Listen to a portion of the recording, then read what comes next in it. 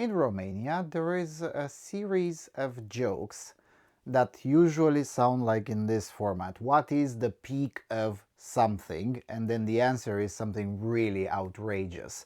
Like, for instance, the peak of dehydration is to ejaculate dust.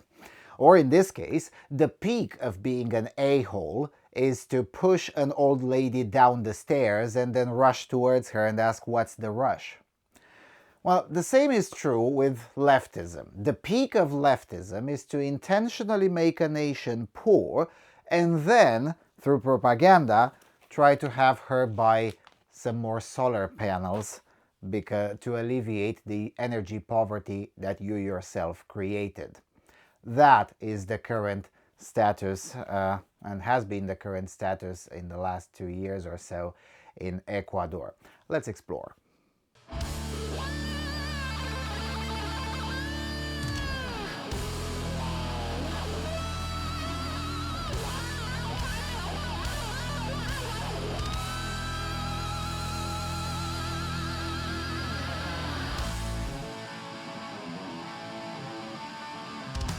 Hello everyone and welcome back to the propaganda basement. Alright, we continue with propaganda from Ecuador, slowly going through this pile of newspapers, and once we're done with this one, we have another pile of newspapers. It's going to be probably the most crowded propaganda basement season so far.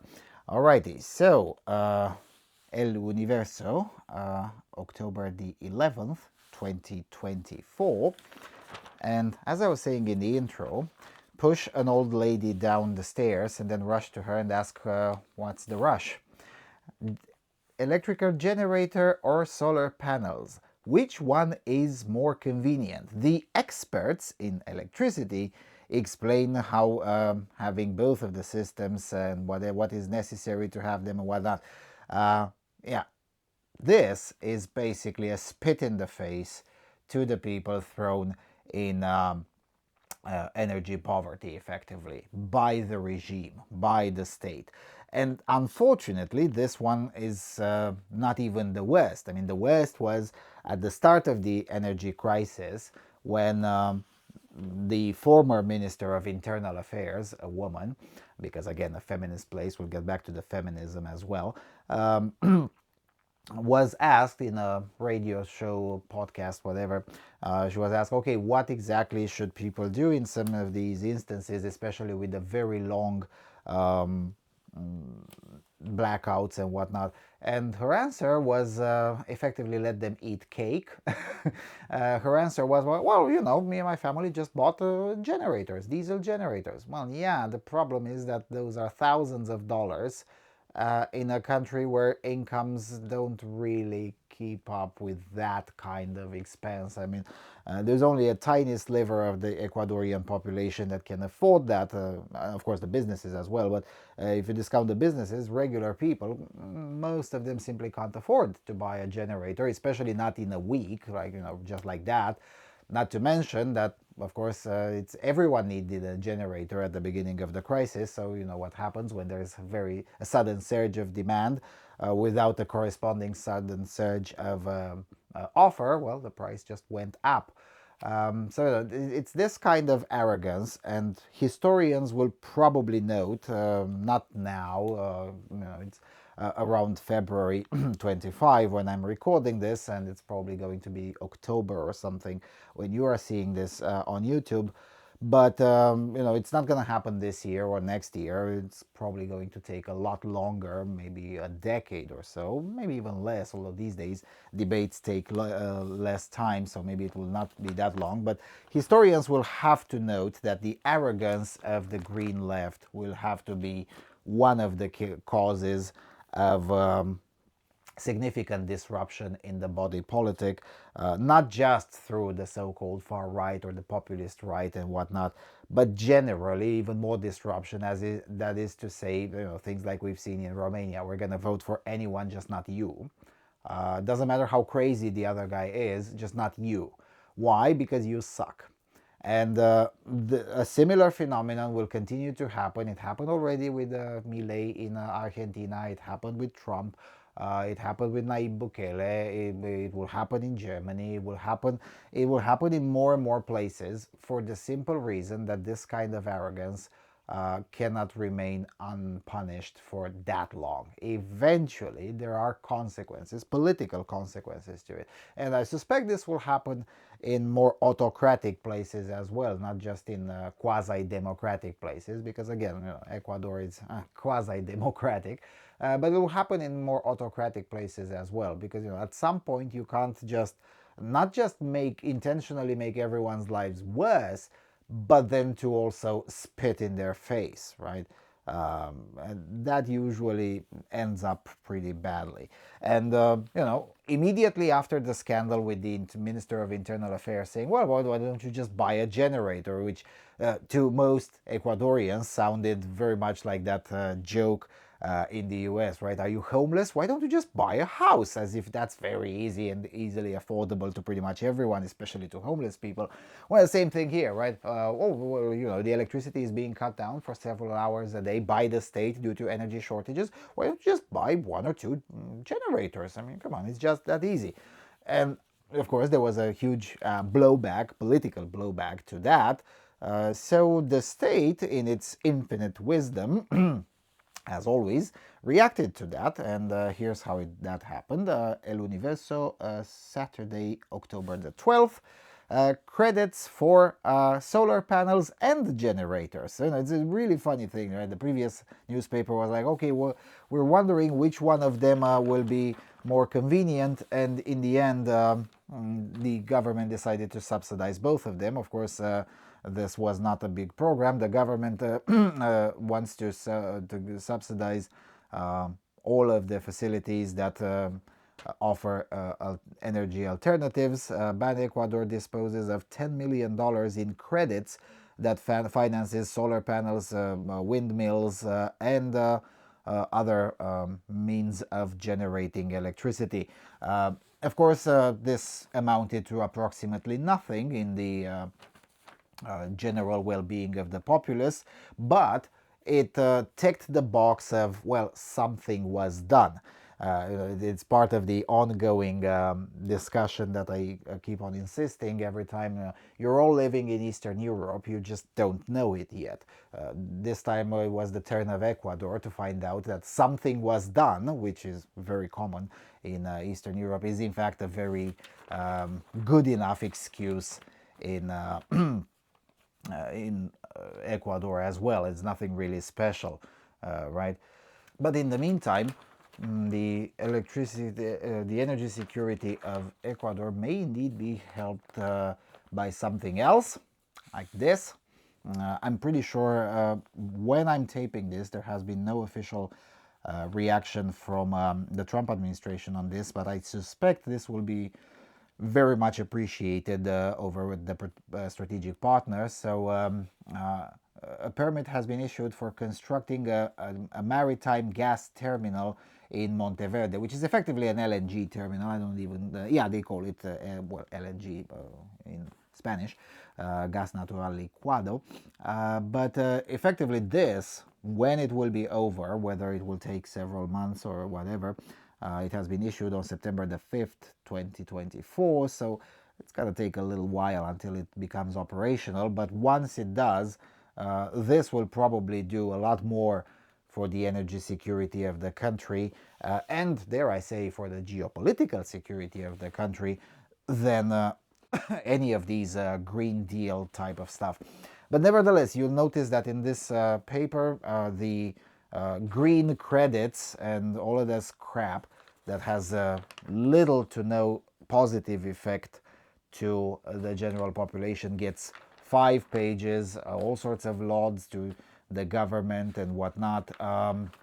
But the actual solution is on page 9, in a tiny article somewhere in the corner that nobody gets to see.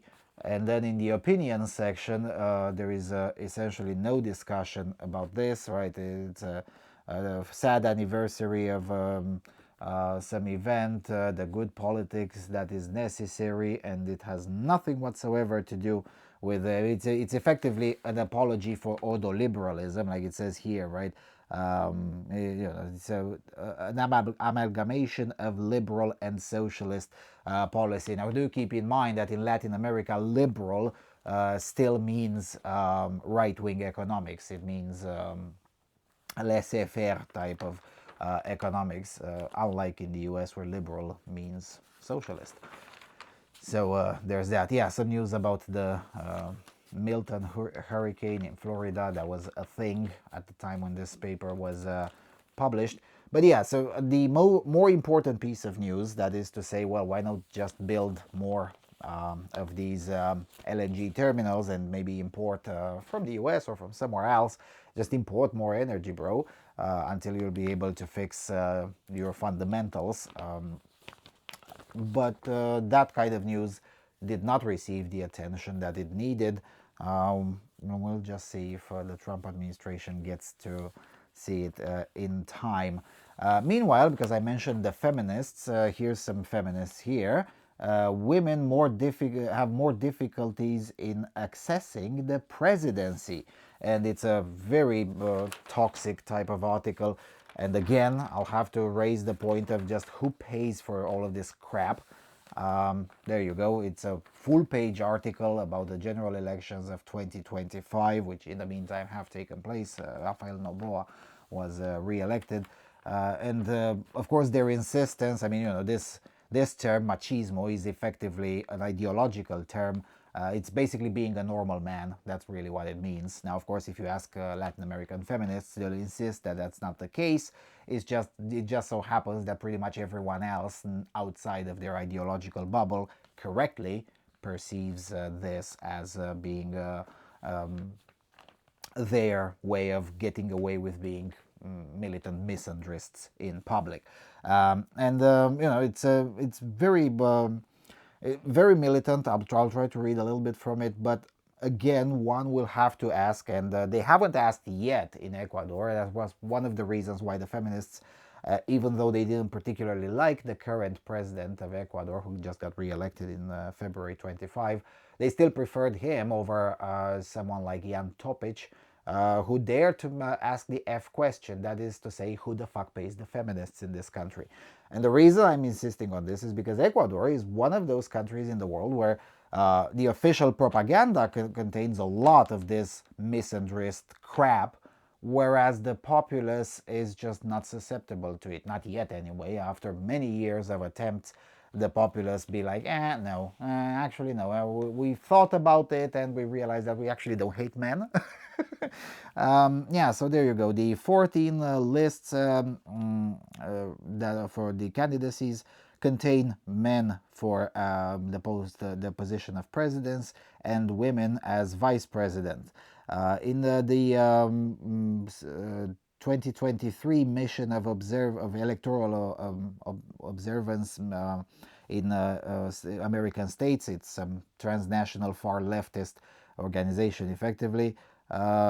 It observed that there is a certain resistance from some political leaders on applying horizontal parity, which effectively means that some political parties should be forced to just have women on top of their electoral ticket, effectively, to use US terms, although the ballots don't look exactly the same as in the US. In Latin America, but the idea is the same. And this kind of toxic idea, because it is toxic, there's no way around it, it's just straight up toxic, did not emerge naturally, neither in Ecuador, nor in Colombia, nor in El Salvador, nor in many of these places. Those ideas are foreign, and they are foreign primarily via the left-wing slush funds that permeated a lot of societies and originated in the United States. I mean, that's just reality. And there's no way around this. And I have no idea how the whole scandal with the USA ID will evolve, because again, it's several months until this goes out on YouTube. Maybe by that time there will be a resolution to it, and you'll be able to point out in the comments, well, actually, here's you were right or you were wrong or whatever.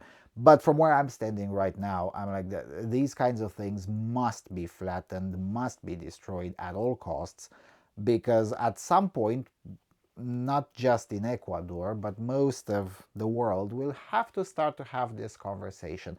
Why do we have so many of these effectively foreign and anti-national and toxic ideas shoved down our throats, sometimes straight up paid by our tax dollars or by someone else's tax dollars? Because I'm pretty sure regular Americans aren't particularly happy to pay for feminist activism in Ecuador. I mean, why exactly should they do that, right?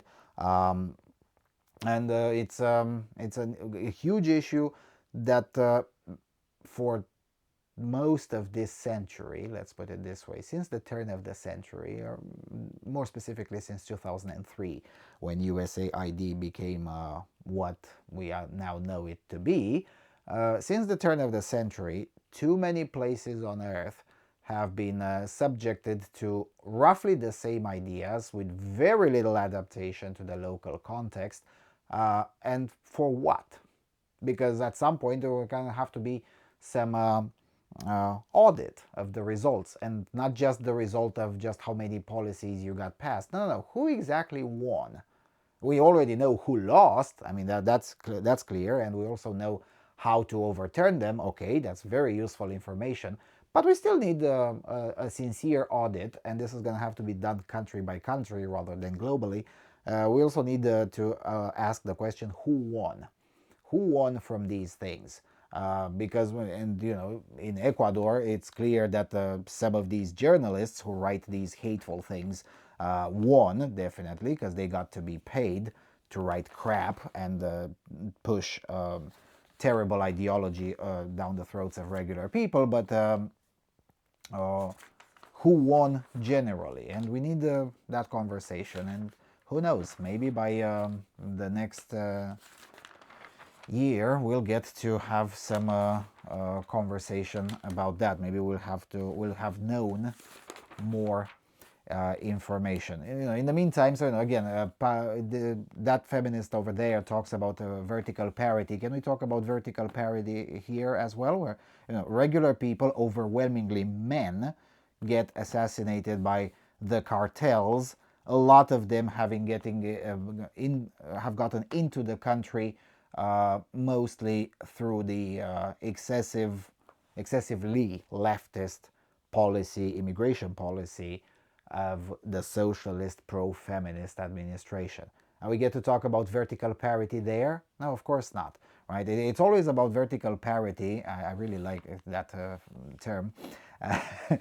When it comes to the nice things, but nobody wants to talk about the awful things, like you know, for instance, here, right? 3 armed attacks occurred in the Duran, so just 1 day prior to this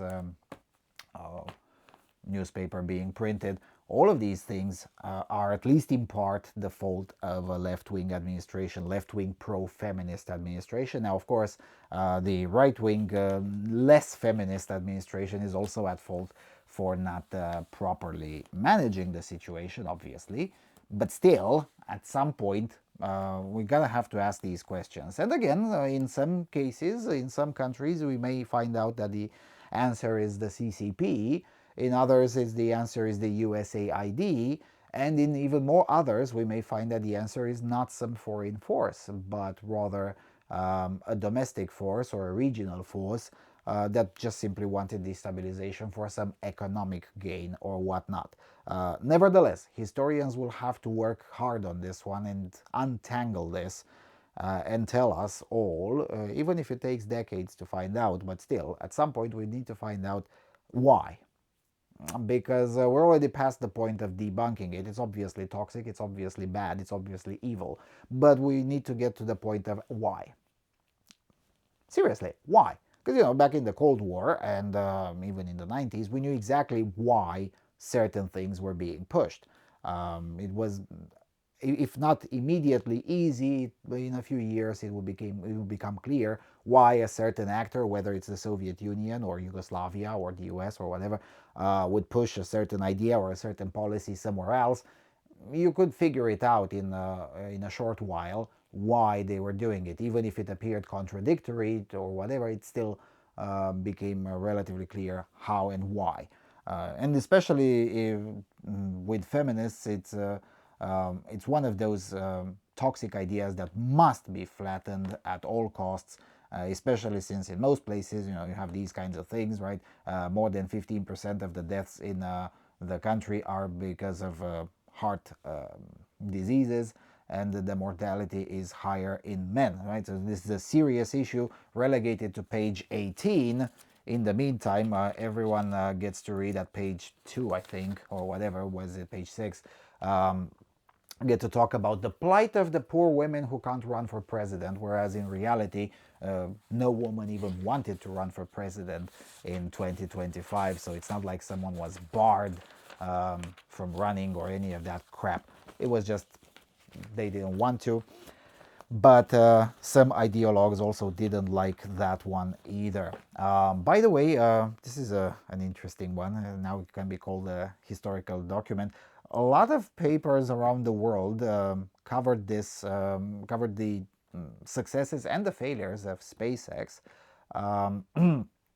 either on the last page or at some of these curiosity pages. So if you're wondering why is suddenly Elon Musk not just known but politically successful with so many people that have no direct involvement either with any of his companies and whatnot, it's mostly because of things like these. I know it wasn't intentional, but the result remains the same. This amounted effectively to free, positive, pro-Elon Musk propaganda all over the world. So, yeah, it's also funny because liberals are discombobulated by this, right? Because they keep on trying to say, oh my goodness, we're an autocratic oligarchy and whatnot. Why is everyone so much cheering of this? Well, maybe this. Right?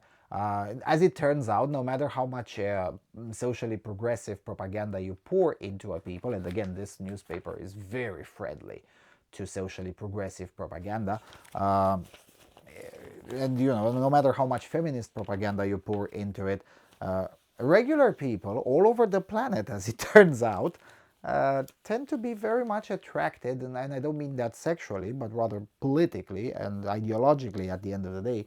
They tend to like things like, here's a man that lands big stuff on the moon and then lands big stuff on, puts in big stuff in the atmosphere and then has an entire a big thing the size of a 10-story building or higher, just flies around the planet and then just lands back exactly at half a centimeter precision. And that's awesome. That's really awesome. And people who are not ideologically possessed, that would be the vast majority of the planet, they look at that and they can't be bothered to look at it politically. They'll be looking at it straight up as is, right? They just look at it and say, well, that looks nice. That looks awesome. So yeah, alrighty, that will be pretty much it for now. In the next episode, hopefully, I'll get back to the economy of crime and maybe continue the point from the previous episode. That is to say that even if overall things are improving, the lack of public security and the presence of violent crime, especially an increasing violent crime, makes everything worse, even though everything else except violent crime is improving.